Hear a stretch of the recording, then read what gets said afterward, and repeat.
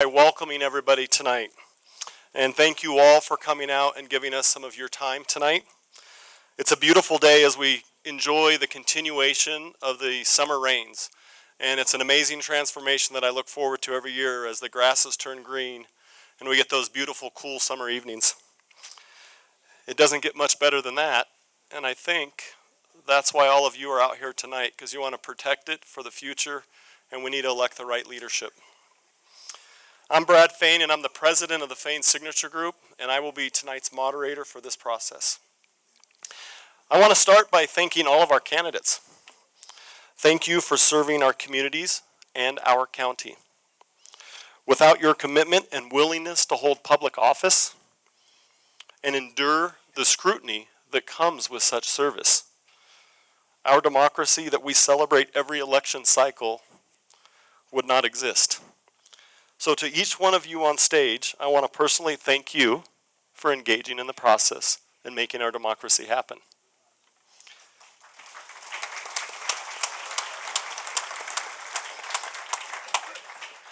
In addition, I want to thank everyone out there, all of you. Without you, the voters, this entire system and process doesn't happen. So I thank you for participating, educating yourself, and then voting and making your voice be heard, because every vote does count.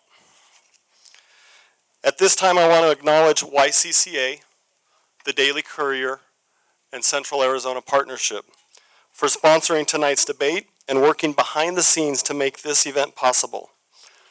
Our democratic process needs the support of our businesses and our community organizations, including,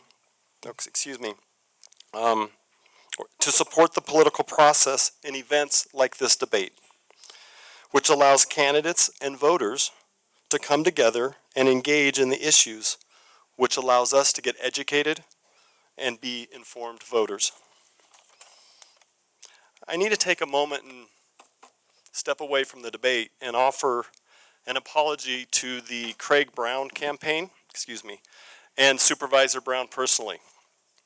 Supervisor Brown was invited to tonight's debate, and he was eager and willing to join the debate and be heard by the voters. Unfortunately, when the date was selected, Supervisor Brown informed the committee that he had a conflict with this date and time and he would not be able to attend. On behalf of the sponsoring organizations, I want to apologize for continuing to represent that he would be present at tonight's debate.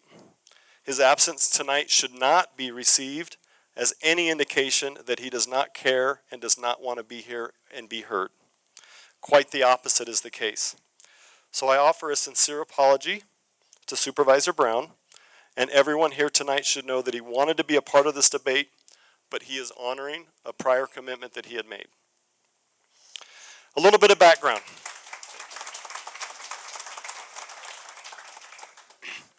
There's been a lot of talk about this debate and the process we're going through, so I thought it would be good to give you all a little bit of background of how we got to the questions and how we're here tonight. The process to get to the final questions were the following. Each sponsoring organization submitted a series of questions to a selection committee. That committee then gathered and reviewed all the questions, grouped them and consolidated them into specific themes. Then the questions were drafted from those themes. The process included the following: fairness of the question, relevancy to the office, campaign, and ultimately what the committee felt the voter might want to hear tonight in a debate. Once the pool of questions were completed, then a final selection of questions were chosen out of that pool, and any last-minute adjustments were made this morning, producing the final list of questions that I have here tonight. As we go through the process, we have two sets of questions for the candidates. We have a 1-minute question, of which every candidate will get to answer, and there will be no rebuttal. Then we have a 2-minute question, which is more specific to the office being sought, either the supervisor or the assessor. In that question, I will read the question to the candidate, and then they will have 2 minutes to respond. Then their challenger will have a 1-minute rebuttal, and then we will move on to the next question. The process will be that we will ask the 1-minute question first. Once all the candidates answer it, we'll do a 2-minute question. Once they all answer the 2-minute question, we'll go back and do the 1-minute questions, and we have about 3 rounds of that. The process should take about an hour. I went over this with the candidates before. Are we all good with the process? Any questions? Great. With that, at the conclusion of our questions, we will give each candidate an opportunity to make a closing statement. And they have drawn a number before this process started, and they will go in the order of the number that they drew. So with that, shall we get started? The first question is to all the candidates. You each have 1 minute to respond to this question. And we are going to go, as you guys view it, left to right across the stage, and we will be starting with Supervisor Simmons and concluding with Challenger Simmons. Got to keep that one straight. Simmons. In your opinion, what are some of the more important challenges facing our county, and how do you propose to address those challenges with the office being sought? A very good question. Thank you all for showing up. A much bigger crowd than we expected. Very happy for this. And it's also so nice to see so many smiling, friendly faces out there. We have major issues with the county. We've just completed our budget and everything else. We've really got good control over that. But right now, of course, first and foremost in our future is tackling the jail situation, which is going to be a very extensive evaluation as to the Chin report and how to accomplish what they've recommended and the different manners to pay for it and whatever. So that is going to be the big challenge, and we will be looking to that on that as a team. And so that, hands down, is going to be one of the biggest things that we're going to be having ahead of us. Thank you. Thank you, Supervisor Simmons. You want us to stand up? It's your call. However you feel most comfortable, it's your choice.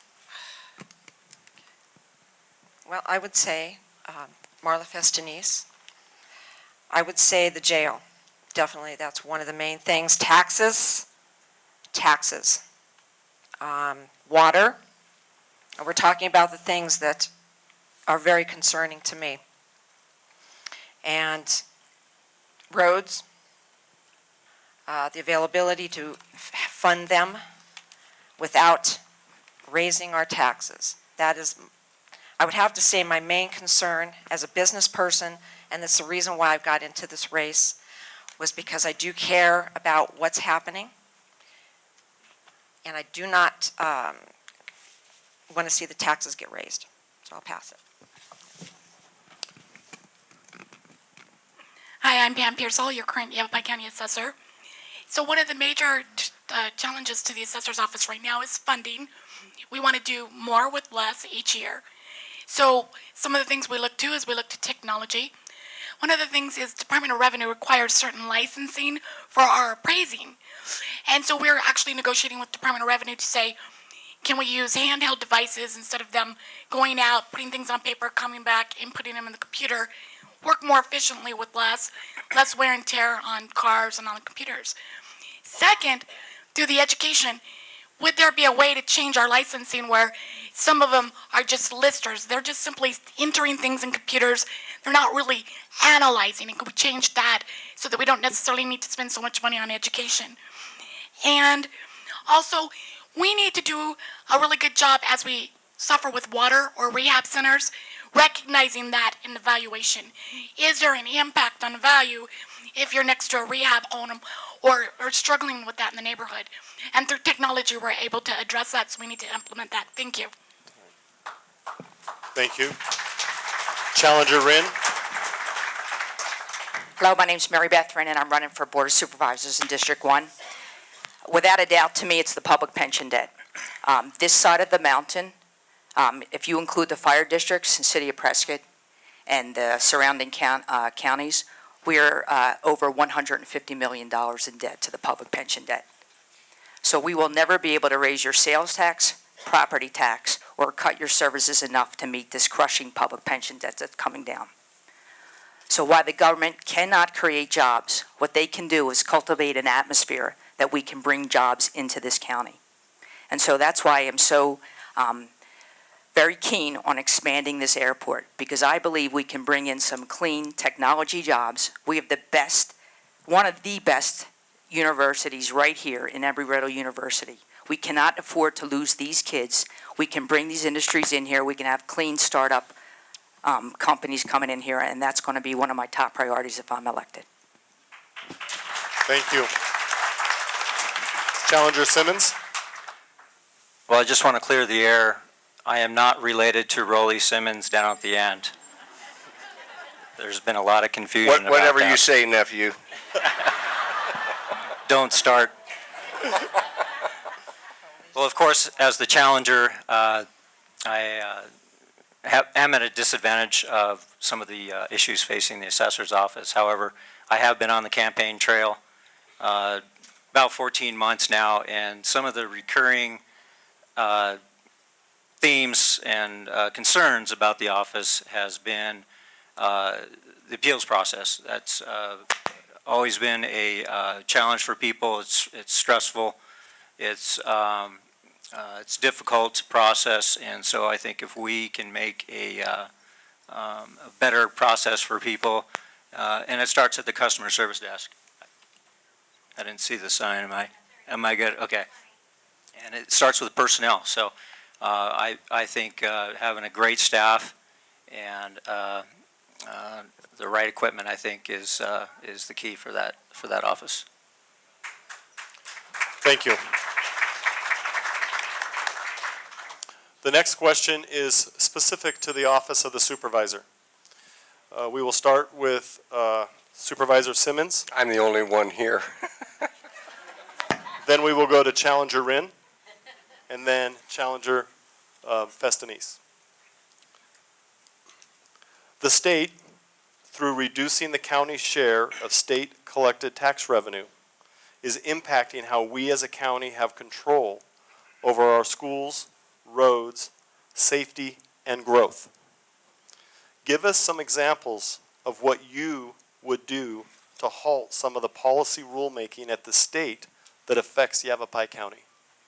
Well, we not would or will, but are doing something from the standpoint that we have, very similar to the League of Towns and Cities. All 15 counties are members of the County Supervisors Association. And we work very closely, and they are the legislative arm that represents the counties in the outlying areas. And any legislator can tell you that they've been hearing from CSA as well as they hear from the League of Towns and Cities, which encompasses the towns and cities, concerning these issues. And we've been pounding very hard on that for legislation, because that's where it's going to be. The state continually keeps diverting and shifting money and everything else and throwing unfunded liabilities and everything towards us. And so it's an ongoing problem. So we currently are doing something, and that is through the CSA, which is our vocal arm at the legislature. Thank you, Supervisor Simmons. Challenger Wren, would you like to rebut anything? That's a start, but I don't think it's sufficient, because I think the real power is the power that's here. I don't know if people are aware that right now Yavapai County has $550 million that's swept in lottery funds. We're one of 3 counties that, in order to balance the budget, that's what gets swept. And I think what the Board of Supervisors should be doing is really getting that information out here, so everyone in this room is really angry about that, and that they're going down to the legislature and demanding that we get our own lottery funds back and that we can use it for ourselves. And again, I'm going to harp on public pensions probably all night, because they sweep our HERF funds. Department of Public Safety is only 36% funded. They're almost $975 million in debt. That's why we have no money for our roads. And I want to educate people, because this is where the power is. When people start to understand why we don't have money for this, it's not sufficient that the League of Towns and Cities are going to do it. When each one of you, start to contact not just our own legislators, but the legislators down the Capitol. This is how Noel Campbell got his bill passed. We had people calling every legislator, not just our three. And that's how things got done, and that's what I want to do, is educate you so you have the power to contact people and get things done.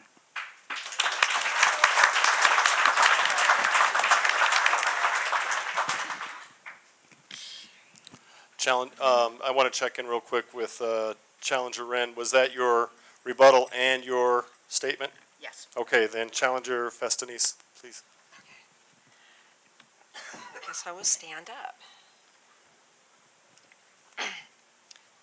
Okay, I get a little nervous when I'm speaking. It doesn't mean I can't do the job, it just means I have a little hard time speaking in the public.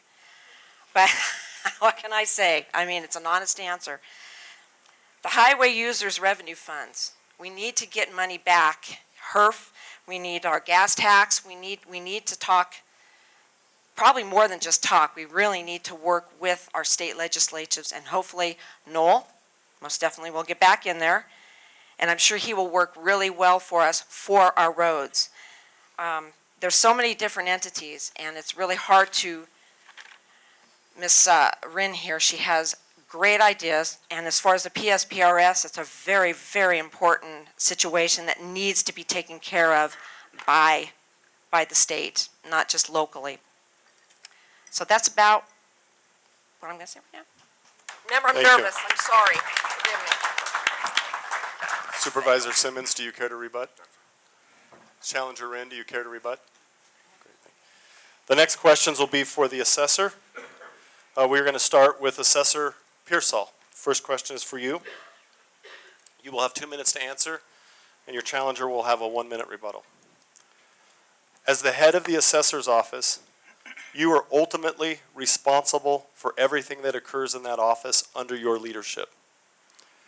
The county has spent roughly $2.3 million defending itself against lawsuits filed by landowners as a direct result of your evaluations, with little more to show than judgments and settlements. Should the voters be concerned with your judgment and how you run the office of the county assessor? You're absolutely correct. I'm responsible for everything that happens in the assessor's office. And the assessor's office must value all properties, taxable and non-taxable, in the county. And we must do it according to the law within the guidelines that were given by the Department of Revenue. In addition, we classify properties. This is ag, this is historical, this is commercial, and we need to do that within the guidelines of the statutes. Now, I send out the notices of value and I tell you what your value is, and I tell you what your classification is, and if you disagree, you're allowed to say, I disagree, I think you've made a mistake.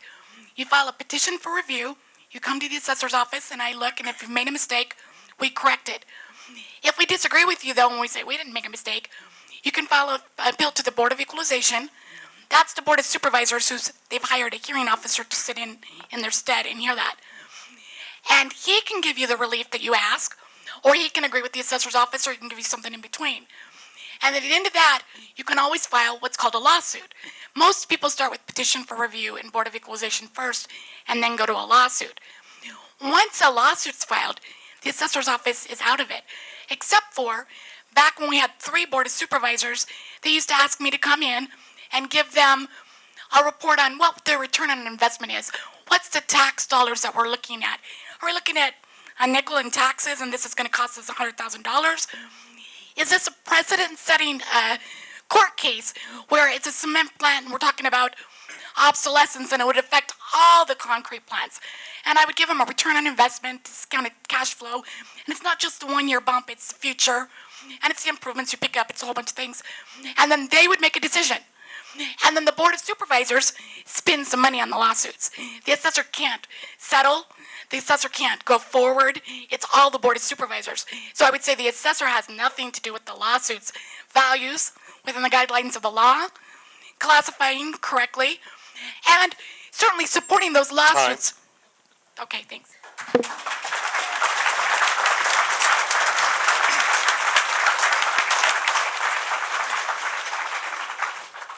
Challenger Simmons, you have a 1-minute rebuttal. Thank you. And that's why I'm running for office. I'm running to restore confidence to this office of assessor. This election is about public trust. Please hold your comments. This is a Somebody respectful laughing? process. This election is about public trust. And over, my opponent has violated your trust by her disregard for the law. And the example of the ag case is one of them. We have lost hundreds of thousands of dollars just in that lawsuit alone. And by plucking a number out of thin air to more than triple the land values, you can see why the cattle growers had filed that lawsuit. Of course, everyone's familiar with the nepotism charges. There has been a use of a lobbyist down in Phoenix without registering that lobbyist, which is a crime, but she was not charged with that crime. But she was warned by the Attorney General's office. Time. Challenger Simmons, your question. No, he rebutted her response. Now we're going to his question, and she will have an opportunity to rebut his response. I got mixed up. I thought you were hitting back. No, Challenger Simmons, not Supervisor Simmons. Okay, thank you. We'll work together. We'll get there.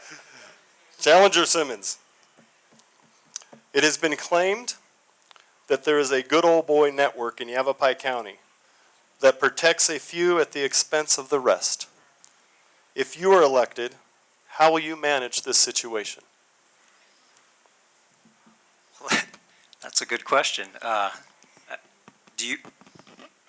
I'll just leave it there. Who are the good old boys? Anybody know? I don't know who they are, but I can tell you what. I am not influenced by anybody or any group.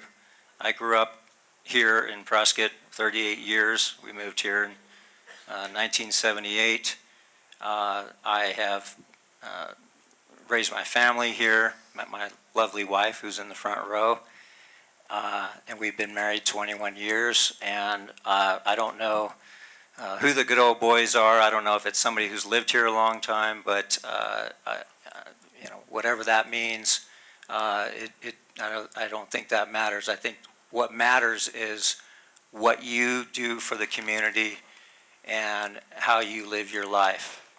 And I think if you abide by a certain code of ethics and integrity, you will not succumb to any kind of pressures from certain groups. And when I'm running the assessor's office, if I'm running the assessor's office, you can be rest assured that I will not be influenced by any group or any person. I will be following the law. Thank you. Assessor Pearsall, you have a 1-minute rebuttal. So when I took office, there was a complaint lodged the first week, and it alleged that the agricultural properties were not being treated correctly. I went and looked, that was correct. They had not been updated in over 30 years.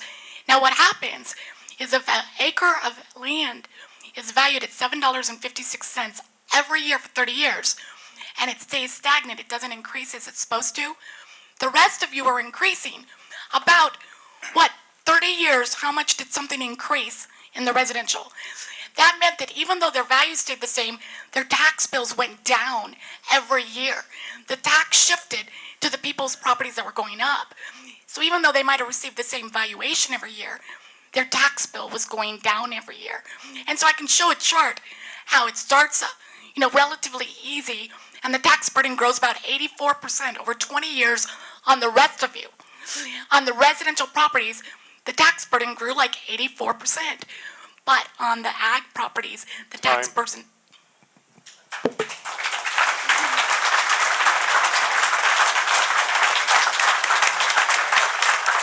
This next question is for all the candidates. You will each have 1 minute to respond. This time we'll start with Challenger Festanis. You'll be first, and we'll go as a book reads for the audience, so we'll go to your left, and then we'll come back and conclude with Supervisor Simmons. 1 minute each. Most citizens do not think government works. Give us an example of what you think is broken in Yavapai County and how you can fix it with the office you seek. Which one?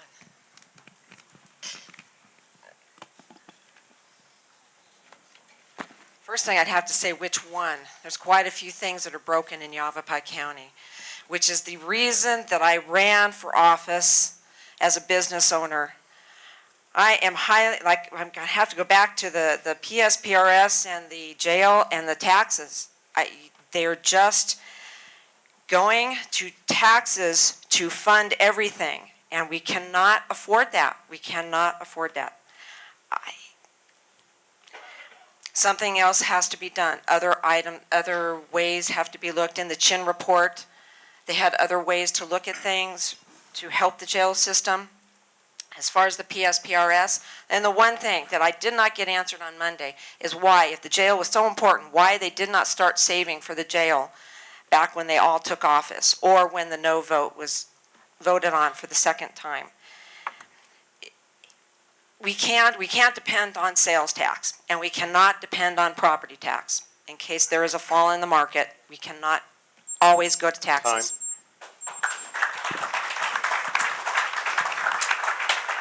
Assessor Pearsall? Oh, I'm sorry, was that for all of us? Yes, it's for all of us. Do you need me to repeat the question? Yes, please, I thought it was just the board. Most citizens do not think government works. Give us an example of what you think is broken in Yavapai County and how you can fix it in your term of office with the office that you seek. Okay, I'm sorry, I You're wasn't welcome. paying attention. I totally Sure. flaked that out. So I think that most people think that people get elected and they serve themselves. They don't serve us. They get in there and they get their pictures taken and they're all practically famous. And we get sick of it. You work for us, damn it, listen to us. And be a steward for us. And so in my term of office, that's who I work for. I work for you. I work for treating everybody fair, everybody professional, according to the law, and I tick some people off. And there might be some people that don't know who the good old boys are, but once they get elected, they're going to find out. Those are the people that take you in back doors.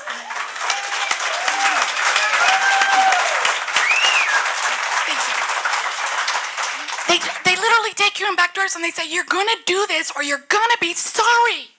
And you're like, wait a minute, that's not legal, is it? And that happens. You might think that's just TV. That's Yavapai County. And so I'll tell you, if I'm reelected, I'll continue not to do that. And I'll tell you, it doesn't make them Time. happy. Challenger Wren? Trust is absolutely what's broken in Yavapai County, and that is why I'm running. I've been absolutely appalled by what's gone on here, and I will never, ever forget that I work for you if I'm elected.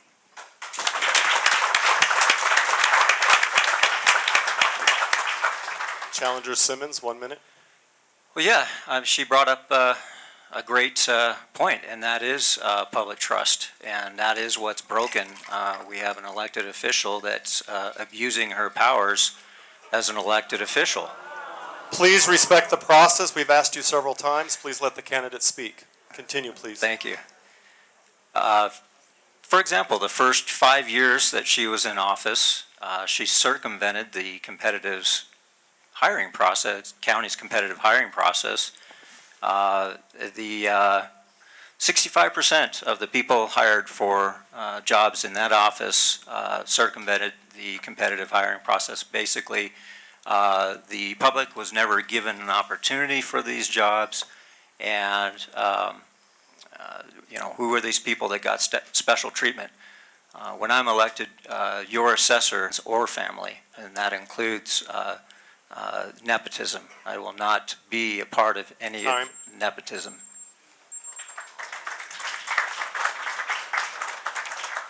Thank you. The next set of questions is a 2-minute question for each candidate.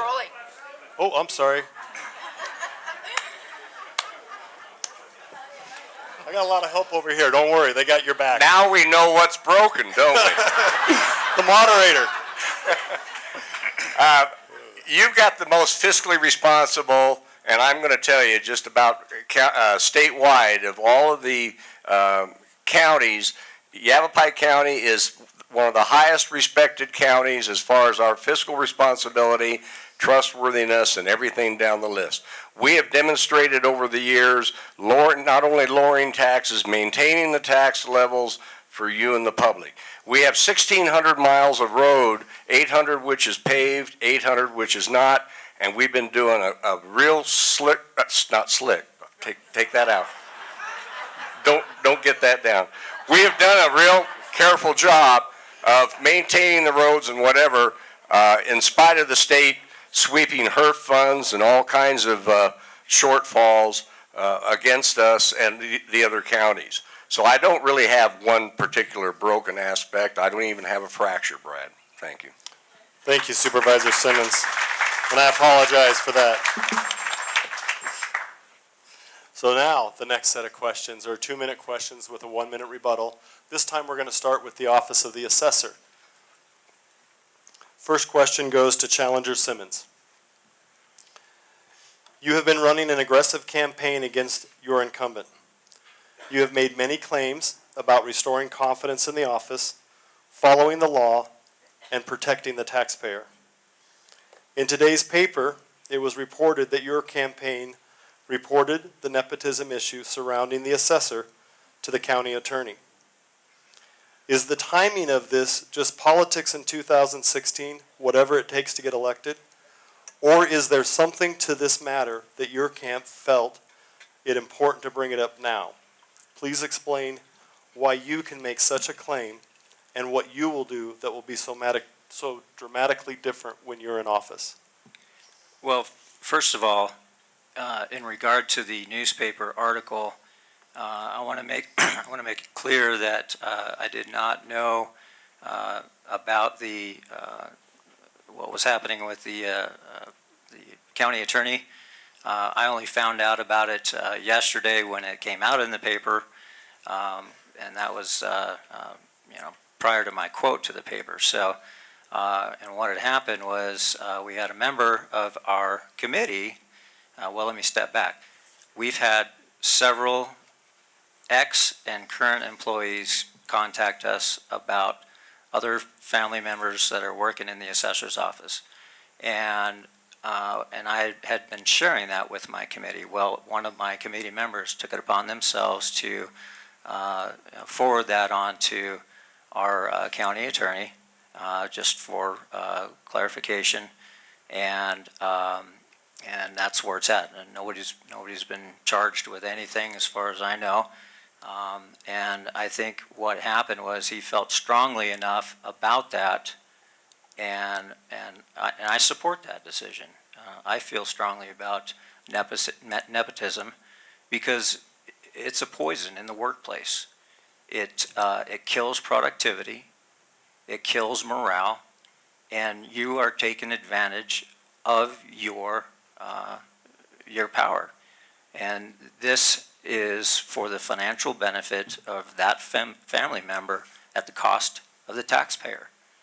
And I really have strong beliefs, and when I am elected, and I think that's the second part of your question, I would never hire anybody, any part of my family. Thank you. Assessor Pearsall, 1-minute rebuttal. So what a horrible way to run an election.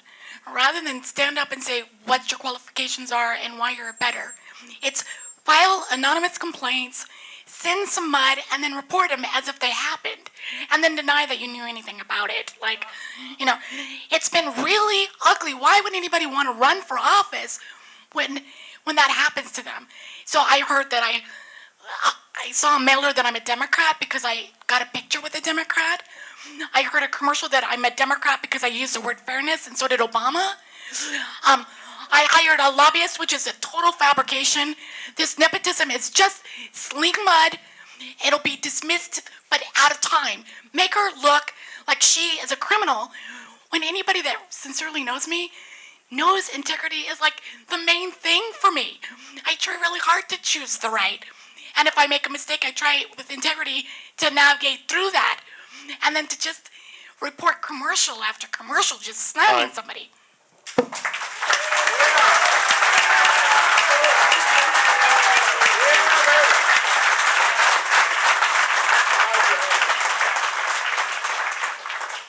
Assessor Pearsall, next question is for you.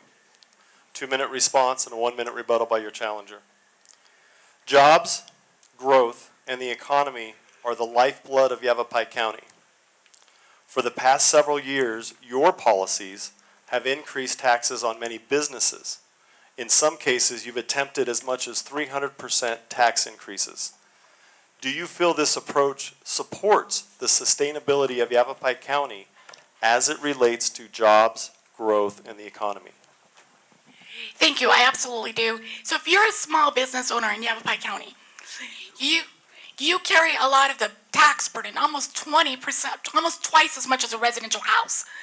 And so you want to make sure that everybody is being treated fair and equitably, or you're going to get a lot more of the shift than a residential house. So an example would be Drake Cement. Drake Cement sits over by Paulden, and let's say that the audit that the assessor had was about $250 million. Well, if they file a lawsuit because they're big, intelligent people with good lawyers, and the Board of Supervisors decides, we'll settle that for $90 million because we don't want to invest in the court case. If they choose to do that, the taxes that Drake Cement would not pay, that they would pay if they were paying based on their value, shifts to you. So, behind closed doors, I may be told, you're being mean to Drake Cement. We want to attract concrete plants. And I'm just using them as an example. No, all assessors, all 15 in the state of Arizona, need to follow the law according to the Department of Revenue's manuals and the law so that we don't drive concrete plants to other counties. And also so that we treat all taxpayers fair. And so the real looking, it's not that I'm driving concrete plants out or I'm trying to pick on ag. In Maricopa County, ag sits at $90 an acre, or it did when the lawsuit started. We were $7.56 an acre. That's abhorrent. You're driving ag out of Maricopa County and into Yavapai. You can't do that. You have to treat everybody according to law. And then if there's a problem or economic reason, the state legislature can give a benefit, and then the assessors can follow it across the state of Arizona.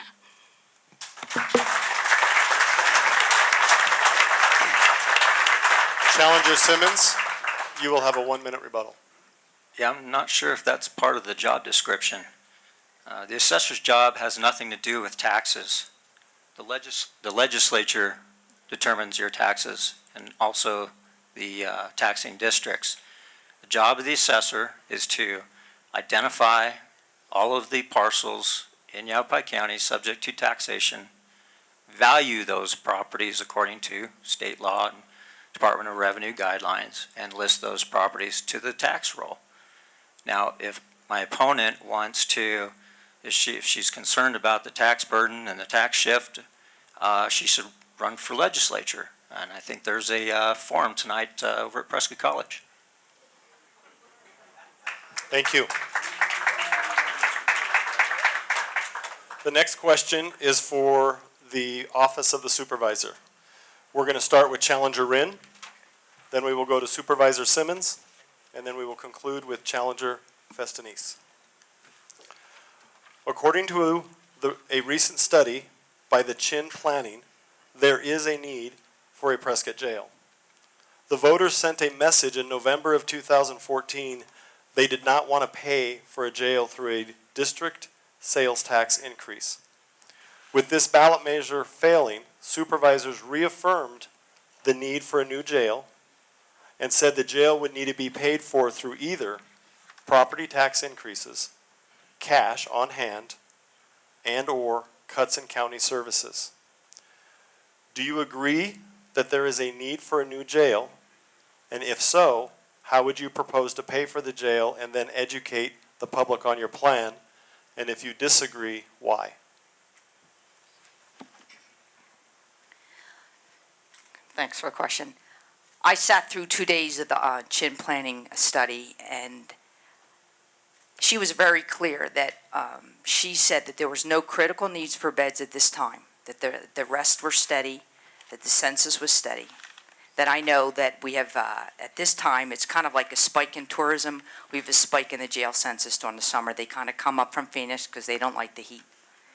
And the thing that's also very clear is that we have a lot of implementations that she suggested that the whole criminal justice system can can look at and we need to start doing. Now, some of them, they just started 3 weeks ago. And there is no way that we can have any idea how this can impact and safely, and I mean safely, reduce this jail census. There's things, deferred prosecution, we don't even really do in this county. And I think these are the kind of things we really have to look at. We are just starting to look at treatment for the inmates if they need to be in drug treatment as opposed to being in jail. I don't know if people know my background. I was a former inner city police officer and an assistant prosecutor for the city of Philadelphia. I want the bad guys locked up. But let me tell you, if they need to be in drug treatment, they don't need to be in jail. There's no way we should be filling our jails with people that need to be in treatment. So what I really need to make clear to people is let's look at these reforms. We really need to enact them all. And if we don't enact these reforms, what's going to happen? We may as well just start looking to build a third jail. And that's the problem with all this. We can't keep throwing money at the government without forcing them to enact these reforms. And as far as paying for the jail when the time comes, I'm not in favor of doing a bond. I think that we can do a much better job of educating the people for the need and honestly go before the people and tell them that we need the jail.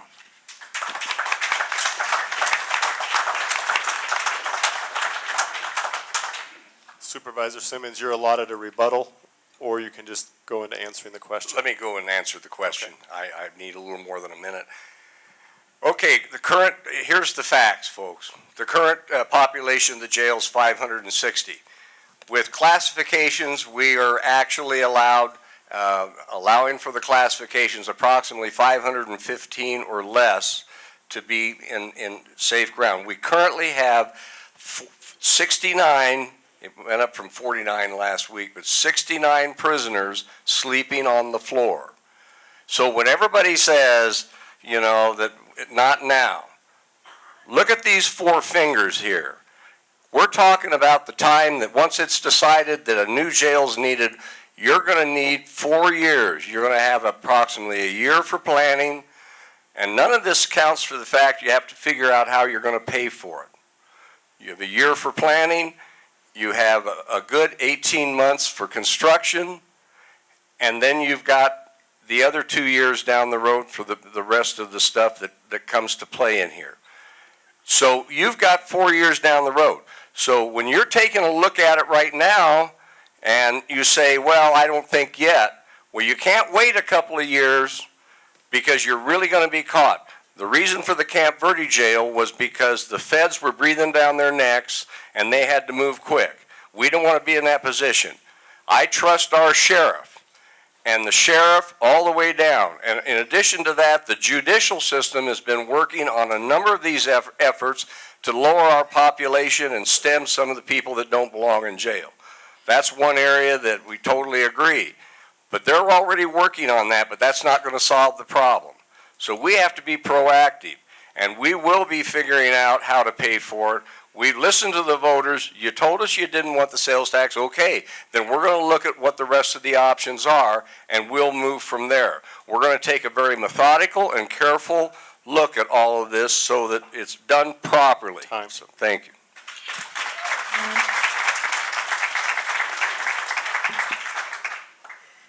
How long do I have? 1 minute? You have 2 minutes. Okay, this is a hot subject for me. Regarding the jail that they want to build now, we currently have a jail in the Verde that was built over 10 years ago. At the time that it was built, they had enough money to build it. They did not have enough money to open it because it cost too much. As time went on, and the economy kind of fell, what happened is we ended up having to take money from roads to offset that jail. The problem is, and what disappoints me, is they did not continue to keep up the current jail here in Prescott. There was absolutely no reason that could not have happened. Absolutely none. That's a waste of money. That's a waste of taxpayers' money. They also, in 2002, 2003, had a video monitor so you could see the judge, so you didn't have to be driven over the hill. Okay, just having the jail built over in the Verde was the biggest mistake, and I'm going to say right now, I have nothing against the sheriff. Everybody seems to think that I've got something against the sheriff. I have something about saving the taxpayers' money. The spending, and if they want to save, they could have saved the moment the voters voted it down. They could have started saving money somewhere along the way. And like I said earlier, in 2012, they could have started saving for this jail. And then in 2014, when the voters said again no for the second time, they could have started saving, they could have planned. I do not like the way the jail is built because it does not give the space for women. The way that they've got the sections set up. If you've got 10 women in there, that means that you're going to have a specific amount of beds that are unavailable to other people. So that means that 565 number that I've heard for the last 10 years.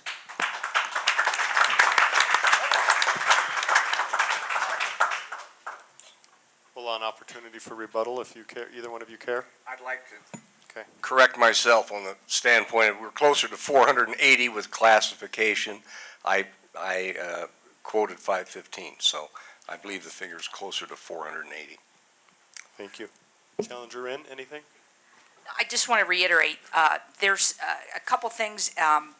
One of the examples that the Chin report said is like bond reform. She gave an example of people not being able to meet a $100 bond, and they're sitting in our jails for 2 months at $100 a day incarceration rate.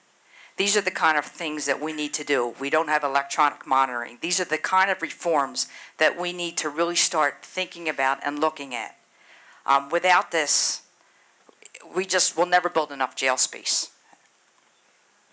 Thank you.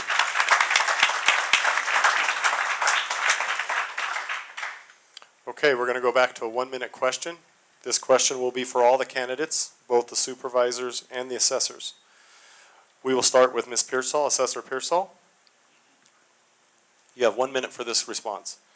In the first 120 days in office, if elected, what do you seek to accomplish? Well, we're going through our budget, we're going through the office, and we're looking at technology.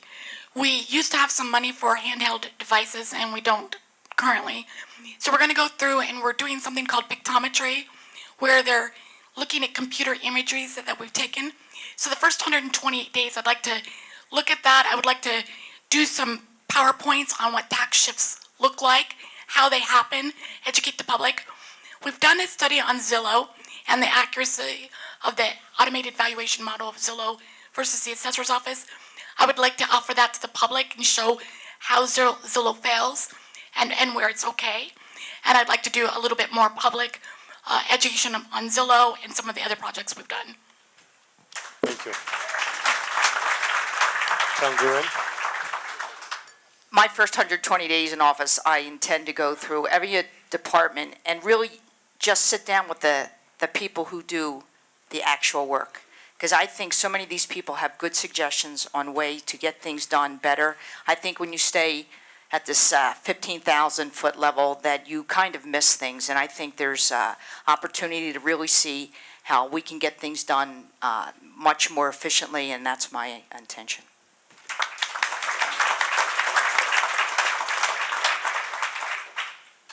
Well, the first 120 days, I would definitely take an audit of our department, talk with the staff, and see how everything's running. I think it's important for all of the departments to get along. So I not only will be talking with all of our staff in the assessor's office, I will also be talking with the other departments in the county, because I know there's a lot of cooperation with the other departments. There's a lot of shared data, and I think it's important to run a smooth office that you have those cooperations. And I think just listen to the people, listen to the staff. I want to see where we Time. can improve. All right, thank you. I got you this time, Supervisor Simmons. Thank you very much. Yes, well, it's very simple. I can tell you that the 5 supervisors will immediately be tackling the jail issue and starting the process, which is going to be very extensive and lengthy. A lot of wide ranges of applications and options and different things to look at. So that's going to be primary on the forefront. That, in addition to maintaining our maintenance of all of our respective districts as far as all of the daily things that face us. But the big event that we are really going to have to address is this jail situation, folks, and we're going to have to start now, because we're going to be in trouble in no time at all if we don't do it. Thank you.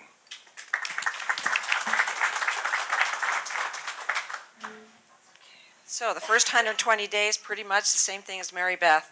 I'd like to meet with everybody, go line by line through everything. Now, I did work for the county, so I do know a lot of the department heads, and I am very proud of a lot of the work that they do. And I know them, and I look forward to working with all of them. I would also like to meet with our local officials, our mayors, even county supervisors from other areas, other counties, excuse me. And also just to ask anybody in the departments if they have any ideas or anything that they'd like to see happen, change. I want to be the ears and the voice of the people and the employees. I want them to be able to come to me and feel comfortable about coming to me without feeling that their job would be at risk. Thank you. Okay, we're going to go back to the 2-minute questions. We're on the home stretch, guys. This round, you will have, we're going to start with the supervisors again. You'll have 2 minutes to answer, and there'll be a 1-minute rebuttal if desired. We're going to start with Challenger Festinice. Then we'll go to Challenger Rinn, and we'll conclude with Supervisor Simmons. The question: over the past year, there have been nepotism issues, accusations, and settlements within our county government over violations with state statute. Do the county hiring practices need to be changed in your opinion, or are the existing practices adequate? If they need to be changed, what would you change in practice or training? And if you don't think they need to be changed, why?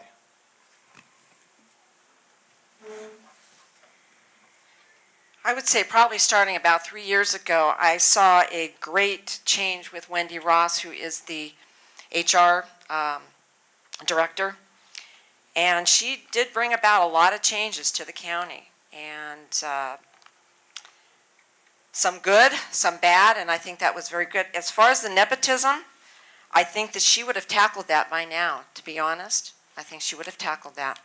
As far as any of the nepotism, we'd have some problems because we have a lot of people in the county that have their husbands, their wives, their sons, their daughters, or somebody that works for them somewhere throughout the county. So it would be something I would want to take a really good look at and to make sure that it would cover.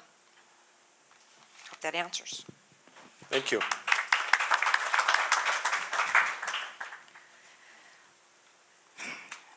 What a topic that's been this past year.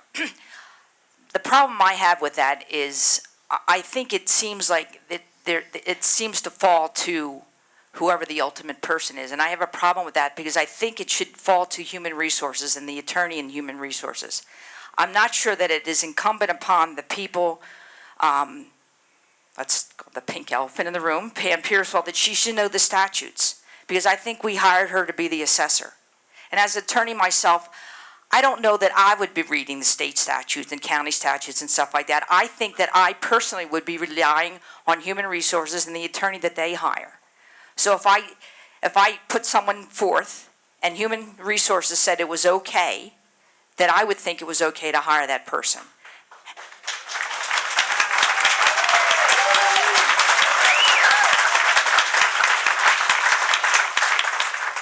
Now, having said that, giving all the dispute with that, then maybe we really do need to look at this and just have a hard, fast rule with this. But let's face it, there are people that are relatives, husbands, wives, and they're working for the county, and I think there's been a selective look at this. And I think that's the problem, so maybe we need to have a hard, fast rule of this and then just be done with it. Supervisor Simmons? Well, I have a special insight in this because I happen to sleep with the Prescott Unified School District HR Director seated in the second row up here. Now, I've had to correct that real quick, and we're married. I had to correct that real quick because I sometimes left off PUSD and everybody thought I was doing something else. The HR Director is doing a very good job, and it's a very complex issue, and I can tell you that we're on a constant revision-based deal as far as really watching carefully what's going on in the county, but this is an HR issue, and it needs to be dealt with that, and there's an extensive amount of specialized law that is involved with it. So we need to let the professionals in that field direct us on the proper way. I'm not going to get into some of the other details of other things that happen, except to say that I feel that our HR department is doing a very good job. Thank you. Thank you. Any rebuttal? Okay. The next question is for the Office of the Assessor. We'll start with Assessor Pearsall. You have been in office 8 years. What changes have you made to the office to make it more efficient? And are there new changes that you want to implement in a new term? Okay, so I've taken office 8 years ago, and we got pictometry. So pictometry is where some airplanes fly over and take some image that we can actually use as desktop appraisals. So when I first took office, we actually stuck all the appraisers in cars, sent them out, they wrote on paper, they came back, and they entered it in the computer. We now have Prescott Valley and Prescott, thanks to the Board of Supervisors and their support, where we're able to do these desktop appraisals. Now there's sometimes trees and things that we can't go out all the time. You'll see that as a result, we saved on wear and tear on cars. We've lost 6 cars from our fleet. We're able to do more with less. And so that's saved gas, the economy, and we've been able to do that. So I'm really proud of that. We also went through every one of our policies, and we looked at what the best practices, according to the International Association of Assessing Officers, is. It took us 6 years to look at where we were, but I have a great staff, and they were very eager to go forward, and they looked at those statutes, they looked at the policies, and we wrote a report, and we've now earned the Certificate of Excellence. And that's not just me, that's the office, and we earned that, and I think the staff for that, they're incredible people. We'll be getting that August 30th, so that's great. And you asked what all we've done with our office. So we've done that. We've done the Zillow project.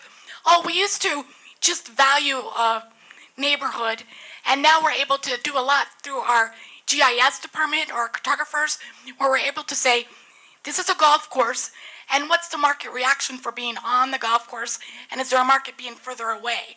So we've gotten a lot more sophisticated on how we're able to value and impact property. Are you located somewhere that there's electricity? Does it look like you don't have water? Things like that, so we're a lot better on our land values. Going forward, I would like to explore more technology. Time. Thank you. Any rebuttal from the challenger? Yes, just real quick. Of course, I won't know the changes that are going to be made until we get in the office and have a chance to evaluate. But I do want to address the award that keeps coming up. I think it's rather, convenient, good timing on the award, so I did a little research on it. And this is a self-serving award. It's an award that you nominate yourself for. You have your staff fill out Please the respect the paperwork, process. and you, as the taxpayer, spend $1,100 to pay for that application.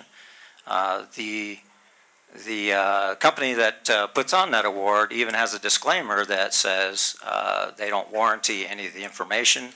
And as a matter of fact, I think my opponent is claiming that she's going to Tampa Florida to pick up that award. And I wonder if we, the taxpayers, are paying for that trip, round trip to Florida, and Time. they stay. Thank you. Challenger Simmons, your question. That was his rebuttal to her question. He gets a question, then she gets a rebuttal. Challenger Simmons, your question. If you are elected, tell the voters about how you will run the assessor's office. Specifically, tell the voters how you plan to improve the office, how the properties are assessed, and ensure that everyone's property is properly valued in a timely manner. I'm sorry. That's for Oh, me? I thought you said I'm sorry, Supervisor. Challenger Go ahead. Simmons. Can you repeat it? I'm sorry. Certainly. Question for the assessor's office. Challenger Simmons, if you are elected, tell the voters about how you will run the assessor's office. Specifically, tell the voters how you plan to improve the office, how the properties are assessed, and ensure that everyone's property is properly valued in a timely manner. Well, that's a great question. Of course, the most important part of that question is I will be following the law when it comes to the appraisal process.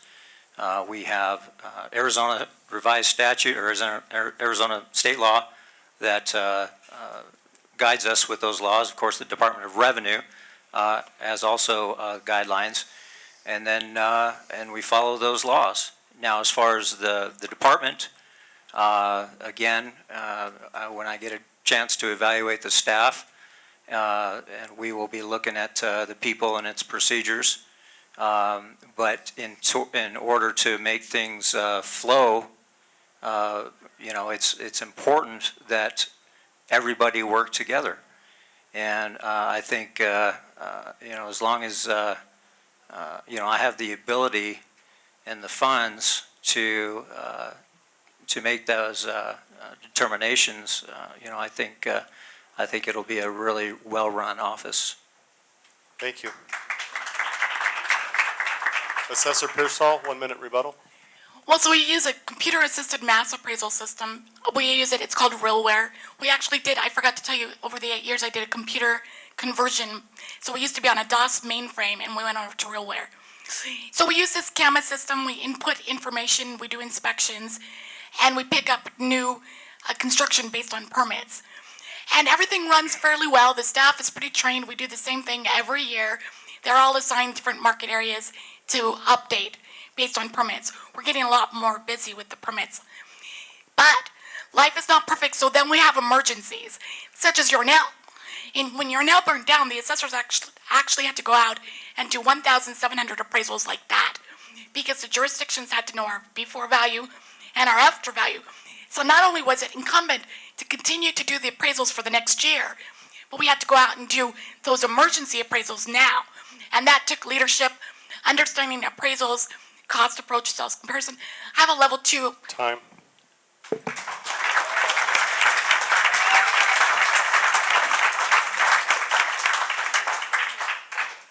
So we have one final question for all the candidates. It's broken up into a question for the incumbent, and then it's slightly different for the challenger. So we're going to start with the incumbents. This will be a 2-minute question. There will be no rebuttal. And then after this set of questions, we'll go to closing statements from the candidates. So for the incumbents, we'll start with Supervisor Simmons, and then we'll go to Assessor Pearsall. In this last cycle, there have been claims made about the lack of leadership, favoritism, and business-as-usual attitudes. As an incumbent, how do you respond to your challengers and the community that feel you don't represent them? Well, I answer that very simply. I can challenge any of you to go to any of my outlying areas, particularly Yarnell and a number of the areas, and you yourself ask the question. Has Supervisor Simmons, has Yavapai County done a good job for you, and do you feel good about them? I can tell you we have town halls, we have all kinds of outreach, and the response has been phenomenal. So I say to that I feel this current Board of Supervisors has done one whale of a job. We've maintained the tax levels, we've looked after the roads, we've done all of these elements. And I can tell you for one, that 3 years ago on June 30, when we had the terrible thing with the 19, Yavapai County was there. And we were not just there on that day, we were there for a long time thereafter, including right now, thank you, including right now with some flooding issues and the last fires that have happened. So when you ask that question, I will refer you to the people that really count who have experienced this, and I believe you're going to have a very positive response. Thank you. Thank you. Assessor Pearsall, 2 minutes. I think Yornell did prove how we work together. We work great as a county together. I wanted to say I have a level 2 appraisal license. That means I understand the manuals the Department of Revenue requires on how to do the appraising and the statutes and how to do mass appraisals. I think that as a community we need to work for the people and we need to represent what happens for them and pay attention to them and not just somebody comes in and asks you a question in a back door and we're going to do some kind of secret that's going to help everybody else. So I think that Yornell has demonstrated it. I think emergencies have demonstrated that we work very well as a team. Thank you.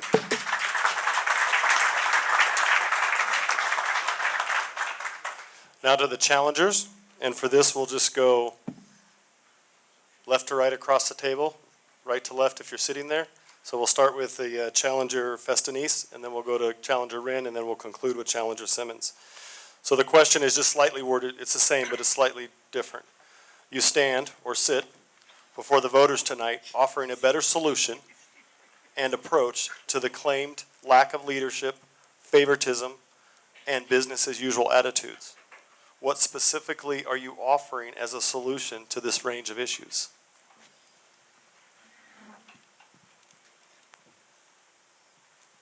I'm going to have to agree, it has been business as usual, and it's getting worse, it's getting more blatant. I wouldn't have run for this position with myself. I have a small business downtown, I've owned 3 small businesses. I wouldn't be in this if I did not have the passion and I did not believe in what I was doing. You can ask anybody, and they will tell you, and I am a hard worker, and I will work really hard for you. But as far as the business as usual, we have some excellent people in that county. Department, it goes from department heads to employees. And I've had the pleasure to work with them all when I was in Republican headquarters to when I worked for Senator McCain's office and when I have actually worked at the county. And I would find it to be an honor to work with all of them. And I would sit down and talk with each department head. And then I would do whatever I could to make it better for them in their job. And I would not want them to feel afraid. I would not want them to feel hesitant about anything. So with that, I'm going to Thank you. Challenger Wren. I'm going to agree with Marla. I think it has been business as usual. I think a lot of people look at what's been going on here is things have been done for a select few, and it's at the cost to us. And I think that is a big part of why I've run. I think it's absolutely abhorrent that you don't feel like you can get represented by your elected officials. When an assessor walks into her place of office one day and she has employees removed, when she's elected just as the board's elected, and they get an opinion from another county attorney and the board still ignores that. That is business as usual. That kind of stuff can't happen. It's the rule of law. And that I think people are sick of that around here. And that is a part of why I'm running. I want you to know that you will be able to trust me. I will follow the law, and I will represent people here because I really do want you to know I have a passion for this area. I've already been working for issues that I think are so important. I don't know if people know how much work I've done with the recovery home legislation how much I know about the public pension debt, things I think that are so important for the people in District 1. I've already been doing stuff for you, and I hope I can count on you for your support. Thank you.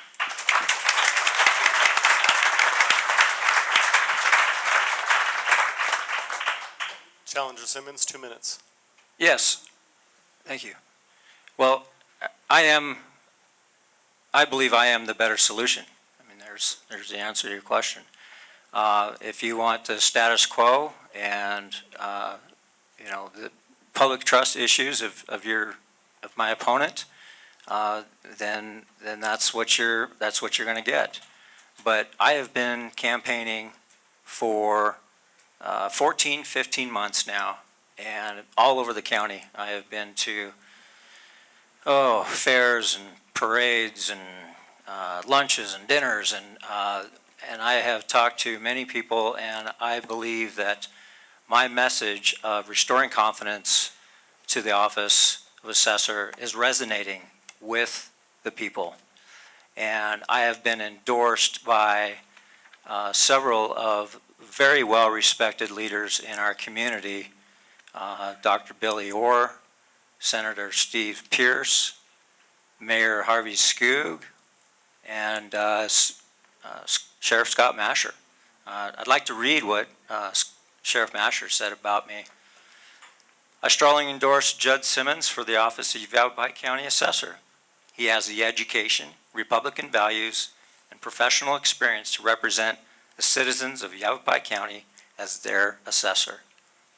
Now, I think that speaks a lot. I think that's pretty amazing, and I won't let you down. Appreciate the opportunity. Thank you. Thank you. So our final question is really a 2-minute question, and it's your closing statements. The candidates all drew numbers before we started, so they'll go in the number that they drew, starting with number 1 and concluding with number 5. And the basic premise of the question is, as an incumbent or as a challenger, why are you running and why should we vote for you? Your final thoughts. Number 1. I'm running because people need a choice. We can't let people just waltz into office. People have to stand before you and answer what you did or did not do for the voters in your district. But I'm hoping after this evening, you can look at me as the better choice.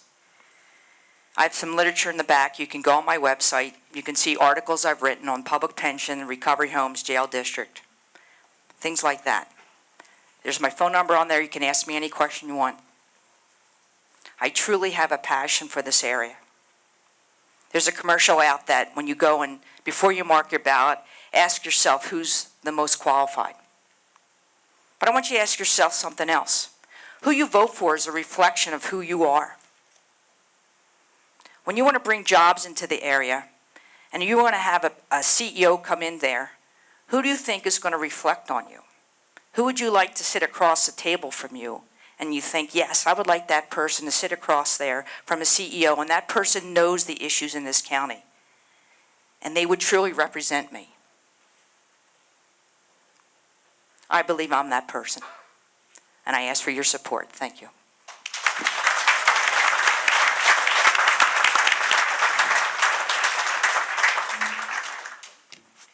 Well, I will agree with Mary Beth on the choice, but there also needs to be a change in the leadership. And again, the reason I ran is because I want to be that change for District 4. I will ask you for your vote, humbly. I know I can do the job. I've, working with the county for up to 8 years, I know the ins and outs of the county. I know the people. And I will be a strong leader and be able to sit down and across the table from you and have discussions. And I won't dictate to you what I think needs to be done. But we're going to work as a team, and we're going to get it done.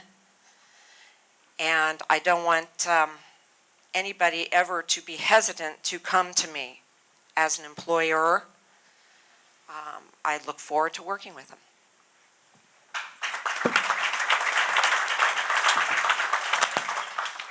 I'm running for re-election because I've done a good job and I'd like to continue to do a good job. I'm a general certified appraiser. That means that I have a license through the Arizona Board of Appraisal, and I can value anything from vacant land to high rises. In addition, I have a level 2 appraisal license through the Department of Revenue. So I can do mass appraisals, and again, that's a commercial license. I have a great staff, and I've led them through the last 8 years. When I got into office, we discovered that ag properties had not been correctly updated for over 30 years. This has caused an unfair tax shift to the rest of us. I addressed that issue, and I found out that I had a lot more courage than I realized, because I had stepped on some powerful people that I hadn't even seen it coming, and I was demanded, you will not do this. And I've withstood that pressure. There's been a lot of other pressure too that hasn't made the newspaper, but I've done that, and I've showed you courage. I've showed you I work for you. I work for everybody. I've been accused of not being a Republican. I'm a Republican. I'm a pro-life, NRA holding Republican, and Republican values mean a lot to me. Having said that, once you elect me as the assessor, I work for everybody that owns property in Yavapai County, whether they are a Democrat, a Republican, something else, gay, or anything. I don't go in there and judge whether I like them or don't like them. I'm going to wink and give them a special deal. There's no fudge factor in assessing. And so I'm running to keep integrity in the office, to keep professional, fair, and there's been a lot of mud. My husband's asked, really, you could not run, and you could go be an appraiser and make more money, and nobody's throwing mud at you and other stuff. I've been threatened.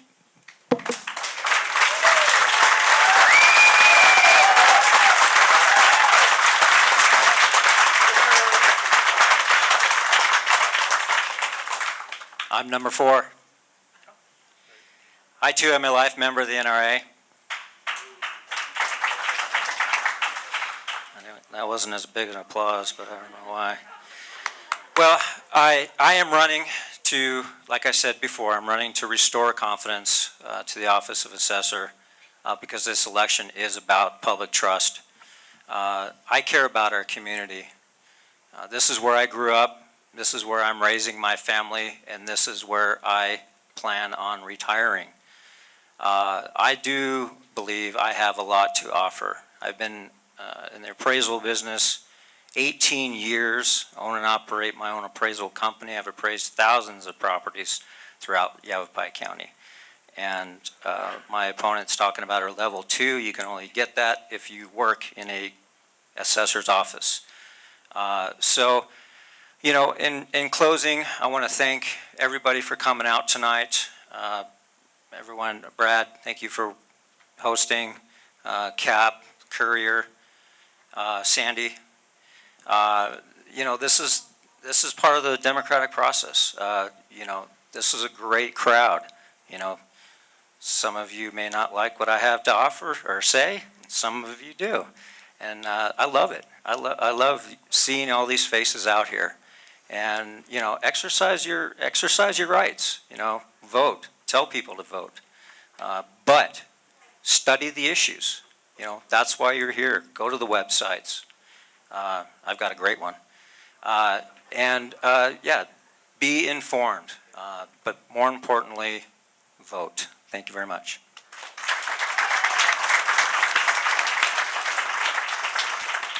I love having the last word. Well, there's very few of you who don't know me or haven't, so I'm not going to sit up here and sing my own praises from any standpoint other than I'm nearing 40 years of being here. I've got wonderful 25 years with this lady in the second row up here who gets drug out to all these events.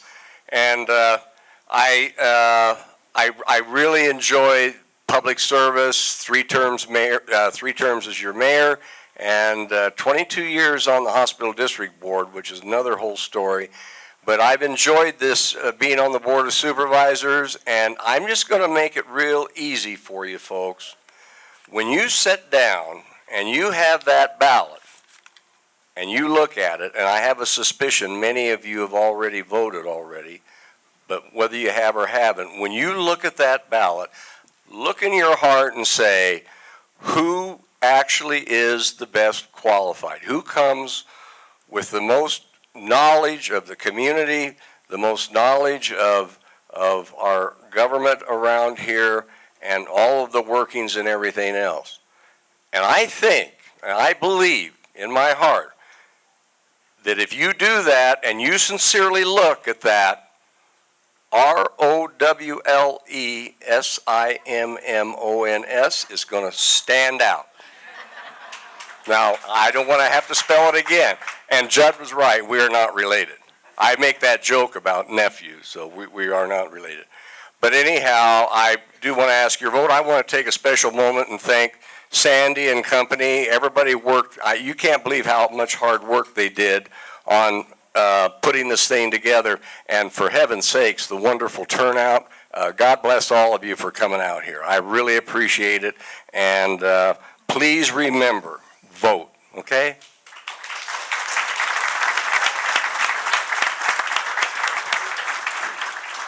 Well, that concludes our evening. I want to thank everybody for coming out and packing the house and having patience as we got set up and enduring the heat. I feel like we're in Phoenix, and I really want to thank the candidates. Thank you for your time and your commitment being out here, and thank you all, and please go out and vote.